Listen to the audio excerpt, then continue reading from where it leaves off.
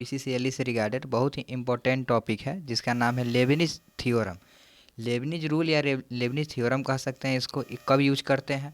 अगर किसी भी फंक्शन का डिफरेंशिएशन करना होगा अंडर द इंटीग्रेशन, मतलब कि डिफरेंशिएशन करना है लेकिन उसके अंदर क्या है, इंटीग्रेशन का साइन दिया हुआ है, तो उसका हम डिफरेंशिएशन कैसे करते हैं इसके बारे में हम लोग इस वीडियो में चर्चा करने वाले हैं। ऐसा क्वेश्चन आपके बीसीसीएलई एग्ज़ाम में एक क्वेश्चन हर साल लगभग पूछे ही जाते हैं। सो ये वीडियो काफ़ी इंटरेस्टिंग होने वाला है। और पहले वाले वीडियो में चूँकि साउंड नहीं आया था तो उसी वीडियो का पुनरावृत्ति समझ लीजिए इसे थ्योरी के लिए। और दो न्यूमेरिकल हम एक्स्ट्रा कराने वाले हैं।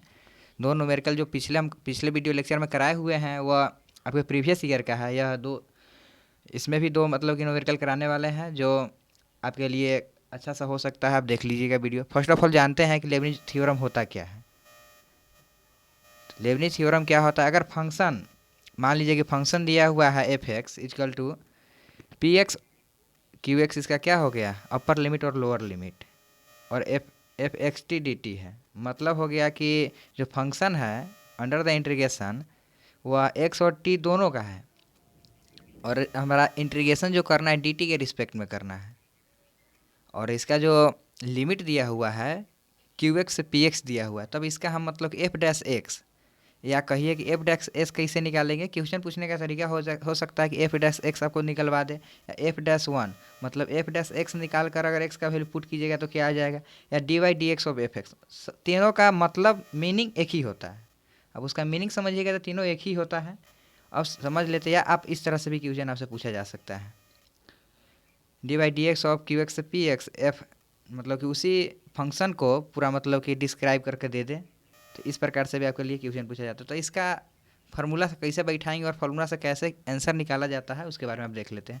अब जैसे इस प्रकार से अगर क्वेश्चन पूछे जाए एफ डैश एक्स निकालने के लिए, या D Y D X of F X निकालने के लिए, या D Y D X of Q X P X F X T D T निकालने के लिए अगर क्वेश्चन पूछा जाए तो हम लोग को क्या करना है? फर्स्ट ऑफ ऑल करना क्या है ना कि डिफ्रेंसीसन करना है। क्या करना है? डिफ्रेंसीसन करना है। किसका डिफ्रेंसीसन करना है? इस जो फंक्शन दिया हुआ है आपका इंटीग्रेशन के अंदर उसका डिफ्रेंसीसन करना है। बाहर वाला जो डिफ्रेंसीसन का साइन है ना D by D x, x के रिस्पेक्ट में इसका डिफ्रेंसीसन कर देंगे, और उसके बाद इसका इंटीग्रेशन का साइन लगाकर इसका अपर लिमिट लोअर लिमिट रखकर डी टी से मतलब कि इसका इंटीग्रेशन करेंगे। मतलब इसका कहने का मतलब हो गया कि D by D X of, जो बाहर जो साइन आपको दिख रहा है डी बाई डी एक्स का, वो मतलब अंदर लगा देना है, अब बाकी बात सेम टू सेम रहने देना है। समझ गए होइएगा यहाँ तक। और यहाँ पर दूसरा इसमें ऐड क्या किया जाता है, अब जो पी एक्स है ना, अब पी एक्स का वैल्यू फंक्शन में रख दीजिए, एफ एक्स टी में पी एक्स का वैल्यू रख दीजिए, और अपर लिमिट जो पी एक्स है उसका फिर से इंटीग्रेशन कर दीजिए, सॉरी डिफ्रेंसीसन कर दीजिए। इसी तरह माइनस कर दीजिए, लोअर लिमिट का वैल्यू आप एफ टी में रख दीजिए यहाँ पर, तो एफ जी एक्स हो जाएगा। और इसको क्या करना है, फिर से डिफ्रेंसीसन लोअर लिमिट का कर देना, मतलब एक बार अपर लिमिट का डिफ्रेंसीसन करना है और अपर लिमिट का वैल्यू पुट कर देना है इसमें।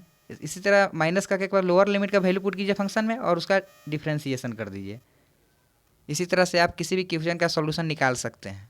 अब इसी में एक टाइप आता है जिसमें आप ये समझिएगा कि अब इसमें एक्स नहीं दिया हो, मान लीजिए कि क्वेश्चन सेम टू सेम ऐसा ही क्वेश्चन रहेगा लेकिन एफ टी डायरेक्ट दिया हो, मतलब कि इसमें एक्स वेरिएबल नहीं दिया हो, तो इस क्वेश्चन के लिए आप समझिए कि अगर एक्स नहीं होता डी बाई डी एक्स के रूप में अगर इंटीग्रेशन कीजिएगा एफ टी का, तो या तो एफ टी डी एक्स के लिए तो कांस्टेंट हो जाएगा, मतलब कि यह होल टर्म क्या हो जाने वाला है, जीरो हो जाने वाला है। यह होल टर्म जो होने वाला है वह जीरो हो जाने वाला है, यह जीरो हो जाएगा। अब बाकी बात जो बचा यही उसका आंसर हो जाने वाला, मतलब कि अगला एक टॉपिक है। टॉपिक क्या है, मतलब कि इसी का सब टॉपिक है और सब फार्मूला है, उसके बारे में भी देख लेते हैं।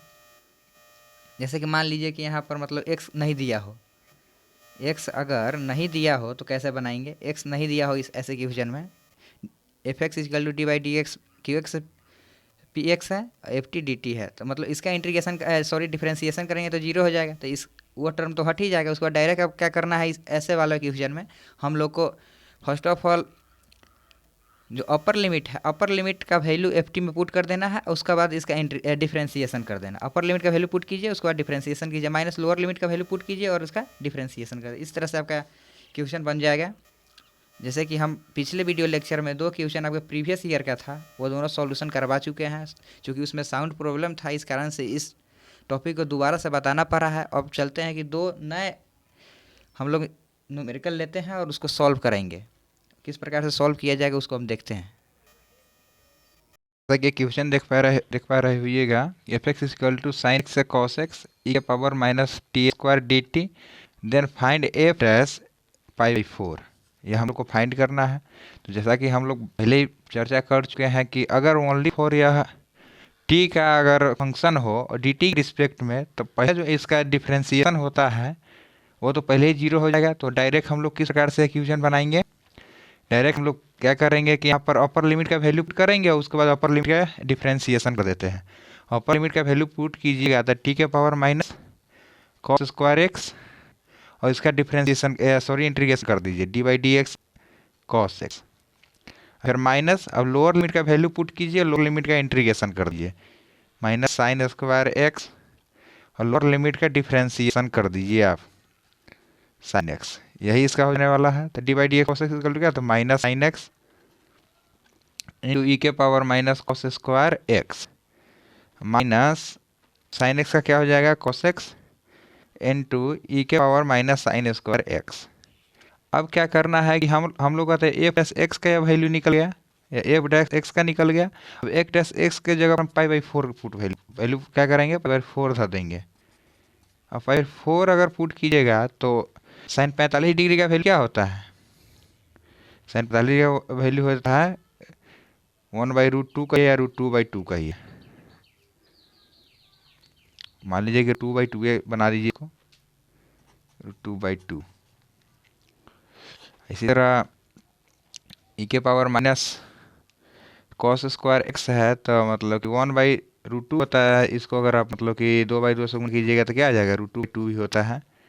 तो आप इस चीज़ को समझ लीजिएगा थोड़ा। तो अब बात किया जाए कि अगर मतलब कॉस स्क्वायर एक्स के जगह पर हम क्या कहते हैं, एक्स की जगह पर पाई बाई 4 पुट वैल्यू कीजिएगा तो मतलब 1/√2 का स्क्वायर मतलब माइनस 1/2 यहाँ पर कर दीजिए ई के power minus 1/2 minus cos x का वैल्यू भी पुट कीजिएगा तो √2/2 ही हो जाएगा। 45 डिग्री का वैल्यू क्या होता है, 1/√2 या √2/2 आप कुछ भी धर सकते हैं। इसी तरह ई के power minus sine square x value भी पुट कीजिएगा तो 1/2 ही होगा, क्योंकि 1/√2 का स्क्वायर कीजिएगा तो 1/2 हो जाएगा। इसी तरह बात किया जाए तो यहाँ पर जो टोटल वैल्यू आ रहा है वो जीरो हो जा रहा है। सॉरी, जीरो नहीं होगा, माइनस माइनस छूट गया था, माइनस ले लीजिए यहाँ पर माइनस √2/2 के पावर माइनस 1/2। तो 2 गुना हो जाएगा, 1 1 2, मतलब 2 टाइम्स ऑफ √2/2 इंटू ई के पावर माइनस 1/2। तो 2 से 2 गया तो माइनस √2 बटा हम ये लिख सकते हैं ई के पावर 1/2 बराबर माइनस 2 हम ये लिख सकते हैं √e। यही इसका क्या हो जाने वाला है, आंसर हो जाने वाला है। तो आई होप इस वीडियो को आप समझ पाए होइएगा, इस क्वेश्चन को समझ पाए होइएगा। अब नेक्स्ट क्वेश्चन हम लोग देख लेते हैं, नेक्स्ट क्वेश्चन किस प्रकार से पूछे जाते हैं। एक क्वेश्चन है, आई होप आप इस क्वेश्चन को देख पाए हो रहिएगा। हाँ चलिए, यहाँ पर एफ डैश वन का वैल्यू निकालना है। तो पहले तो हमको एफ डैश का वैल्यू निकाल लेते हैं, क्या होने वाला है। तो यहाँ पर भी टी का फंक्शन है। टी का फंक्शन मतलब आप समझ रहे होइएगा कि यहाँ पर हम जो उस फर्स्ट फार्मूला में आप डिफ्रेंसिएशन कीजिएगा तो जीरो हो जाएगा, तो फर्स्ट फार्मूला का यहाँ पे यूज नहीं होगा, सेकंड फार्मूला का यूज होगा। सेकंड फार्मूला का यूज कीजिएगा तो टी करके जगह पर √t रखिएगा, कितना आने वाला है साइन एक्स।